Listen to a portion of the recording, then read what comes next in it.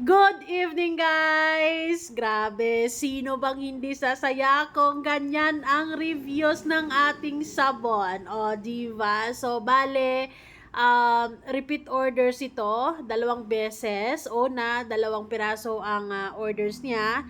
And then, second is 5 na. O, diba? Grabe! Ang sabi niya, kaya siya umorder siya ulit ng 5 kasi nabitin siya sa 2. Tapos napansin niya na nagda-dry daw yung mga pimples niya and wala nang tumutubo na bago. O, di ba? Good news 'yun sa mga girlies natin diyan na talaga namang napapaisip na talaga kung ano ang sabon or kung ano ang gagamitin para mawala ang mga pimples. Pero ito na yon ang good news. Nakakakilig. Sobra naman.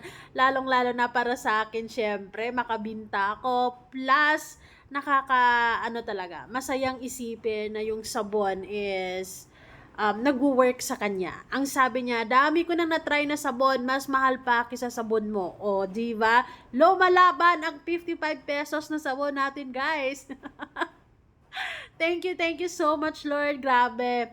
Pero kung walang improvement, expected ko na din naman kasi pag night shift na duty tapos review pa, pero nag-improve pa din. Kaya thank you. O, di ba? So for her, mahirap para sa kanya na hindi siya masyadong nag-expect na mag-work sa kanya yung sabon kasi nga night shift.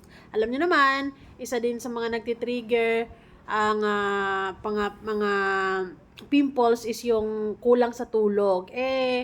Wala night shift. So, buhay nurse kamo siya. So, talagang ganon. Pero, good news kasi ayun, naobserbahan nga niya na nagda-dry yung pimples niya at walang mga bagong tumubo. So I hope na totally magiging okay na at mag-settle na rin siya sa sabon na to.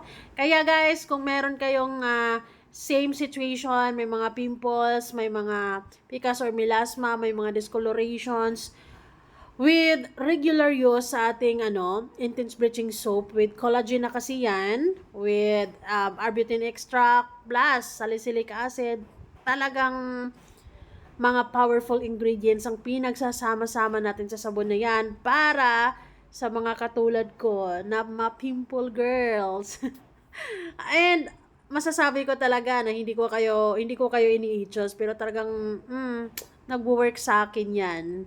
It's kind of magic yung sabon sa akin kasi talagang malaking tulong siya sa akin dahil kung mapapansin nyo, talagang nag-fade at wala akong buhay so far ngayon na mga pimples. Kaya maraming salamat, Lord. So, kayo, try nyo din.